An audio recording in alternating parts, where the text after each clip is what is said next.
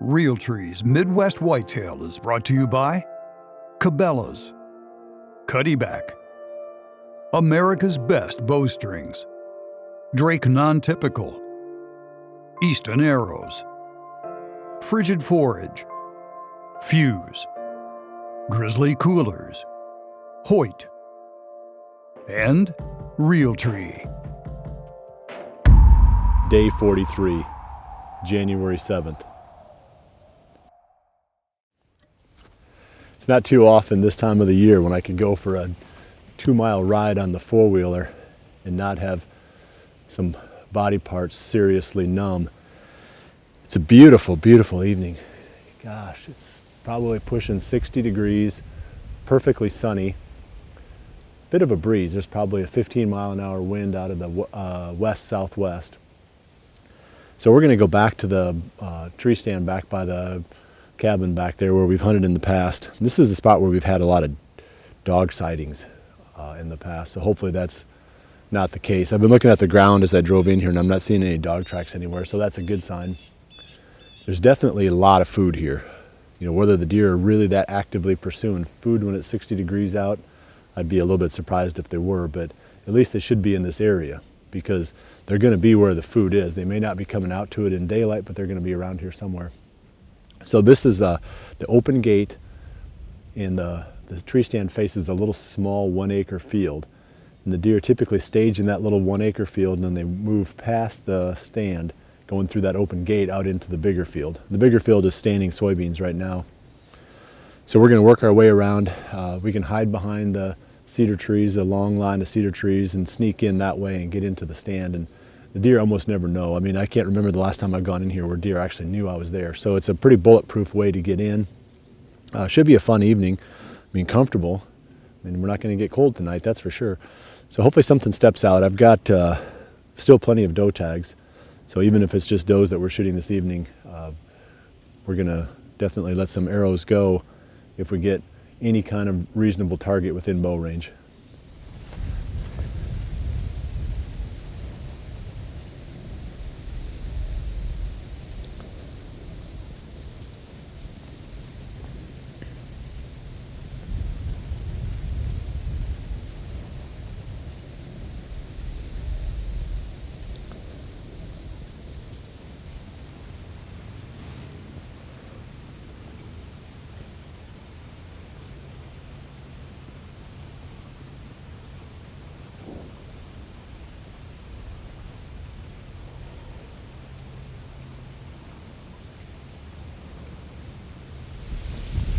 Got about 45 minutes left here at the most, and kind of funny behind me on the other end of this small food plot, a 2-year-old buck came out about 15-20 minutes ago, and I was really curious if the deer were going to walk through this muddy field or not.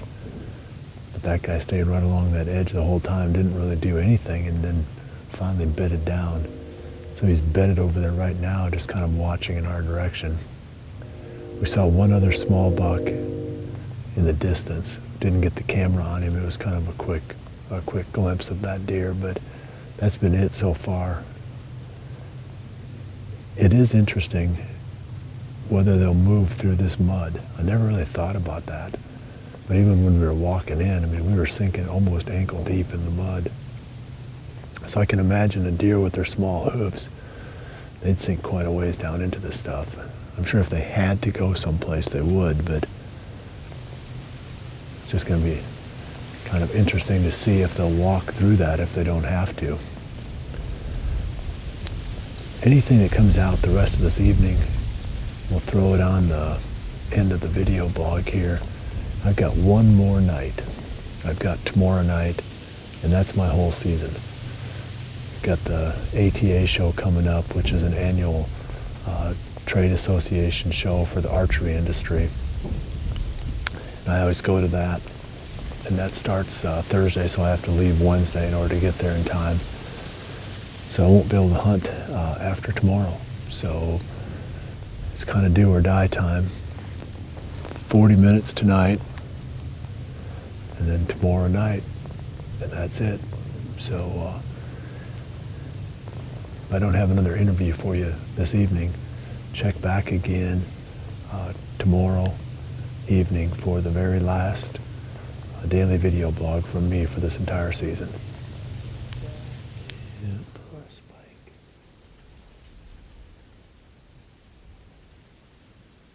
Can't tell for sure.